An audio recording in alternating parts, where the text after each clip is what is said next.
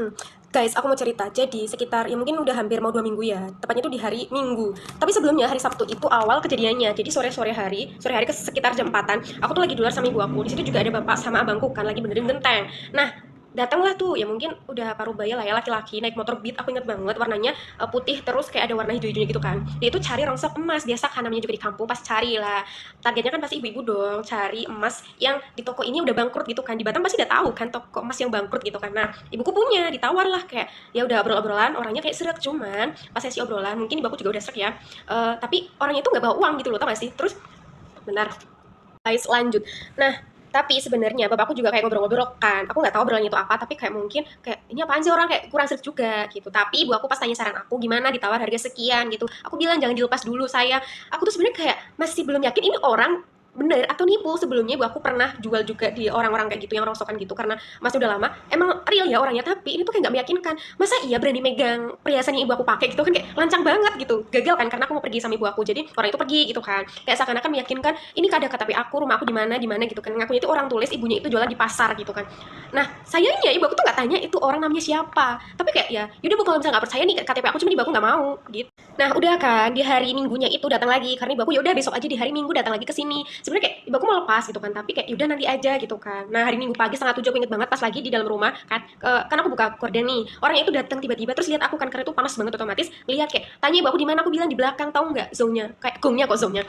Dia masuk ya misalnya lewat belakang terus ngobrol-ngobrol kan, kayak yaudah bu ini bos saya itu mau pergi harus segera ke sana gitu kan, dia langsung dibayar kontan gitu mah. Terus sempat tanya gini, ibu anak ibu punya ATM kan, ya udah nanti bisa ditransfer aja. Cuman aku kayak hah, takut kayak kenapa kalau misal aku transaksi via ATM, aku takut kalau misal itu kena scam atau scamming gitu kan. Aku pindahin dulu kan buru-buru tuh saldo aku ke akun yang lain gitu kan, terus aku OTW. Tapi sebelum itu orangnya bilang yaudah anaknya aja OTW. Nah setelah orangnya itu kayak yaudah anaknya aja sama aku OTW, nah di hari itu sebenarnya aku juga mau berangkat halal bihalal, tapi kayak yaudah ayo tak antar aja. Ibu aku kan juga nggak mau ya, ibu aku juga terus terang ya gimana ya, zaman sekarang itu penipuan banyak modusnya. Terus orang itu dengan lantang bilang ya wah ibu demi Allah ngapain aku, apa sih intinya berbohong itu juga buat menghidupi anak istri, dia nyebut-nyebut nama Allah ya gitu kan. Kayak terus yaudah kalau misalnya ibu nggak percaya motor aku tak tinggal, KTP aku tak tinggal gitu. Cuma zaman sekarang penipuan kayak penggunaan KTP itu juga bisa disalahgunakan. Akhirnya yaudah ayo tak antar ibu aku, dalam hati kayak ya wah bismillah aja gitu kan, kalau misalnya ini benar ya wes alhamdulillah, tapi kalau enggak tolong diselamatkan antara aku sama ibu aku gitu kan. Sepanjang jalan pun sebelum jalan orang itu bilang yaudah nanti kita lewat pasar Gorong gitu kan. BTW itu kayak jalan itu sepi walaupun pagi hari, itu kan kayak kebun-kebun gak dibayang dilalui orang, otomatis aku nggak mau yang lewat Depok. Nah kalian tahu nggak, sepanjang jalan itu juga aku ngapalin nomor plat motornya ya, yang aku ingat G2461WM, yang mana pas aku cek itu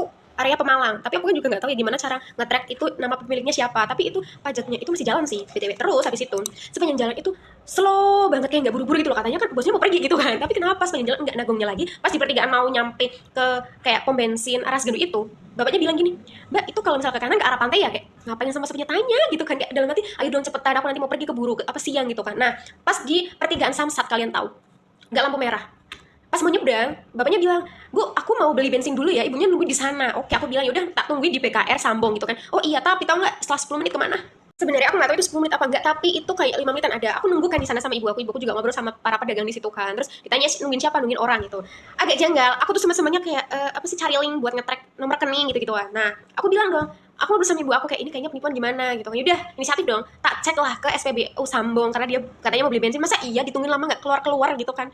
Pas ke sana aku lewat kan muter gitu kan di Indomaret samping SPBU itu, nggak ada orangnya, entah kemana kaburnya ya. Aku buru-buru jemput ibu aku yang di sana.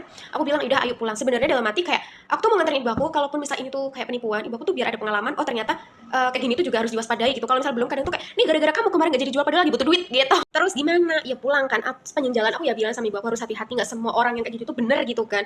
Terus dalam hati ibu aku tuh bilang lah iya apa, dia lama bilangnya ya Allah demi Allah ini buat menghidupi anak istri gitu kan orangnya ini. Tapi dari logonya itu juga area-area kayak mungkin ngapak yang aku juga nggak tahu ngapaknya gimana. Tapi kayak ya udahlah syukur masih dilindungi sama Allah gitu kan. Tapi ya nah ini ternyata pas kemarin sore ya, aku habis pulang kerja, aku mau takziah ke saudara aku. Ibu aku tuh pas lagi nungguin saudara lain, ada tuh simba tau nggak, kena tipu tuh orang, nggak kapok tuh orang. Ya Allah astagfirullahaladzim, setelah nggak bisa atau gagal karena orang itu kabur, kayak aduh kantornya di mana, dia kan nggak tahu ya padahal ngasal gitu kan, makanya dia kabur. Dia balik lagi kemarin nipu simba tuh nggak, kena apa, kena cincinnya itu 2 gram itu yang diambil terus ditukar sama logam biasa, astagfirullah. Jadi ceritanya itu simba itu di apa Hamin satu sebelum kejadian itu orangnya itu sempat lalu lalang terus kayak kayak mbak mau dijual nggak, tapi simba itu nggak mau gitu kan. Tapi di hari keduanya mungkin datang lagi kan, bujuk lagi, orang itu tiba-tiba masuk terus bilang mbak ini mau dijual, enggak. Terus habis itu kayak dilihat dulu Mbak, coba kayak apa cincinnya itu, simbahnya di dalam di ruang tamu. Mungkin kan kayak diambil terus mau dilihat, tau nggak ternyata di luar itu orangnya itu nuker cincin simbahnya yang asli dengan logam. Terus pas dicek ke dalam, terus kan tanya, "Mas, lagi mana? Mau apa kok belum dibayar?" Terus, "Iya bentar Mbah, mau ambil uang kembalian di Butri." Gitu ya, Butri nama aku ya. Nama ibu aku Tri gitu kan. Terus, "Iya, nggak balik-balik ditungguin." Makanya tuh simbah-simbah nyamperin ibu aku. Dikira emang beneran ternyata enggak gitu dan orang itu astagfirullahaladzim bisa-bisa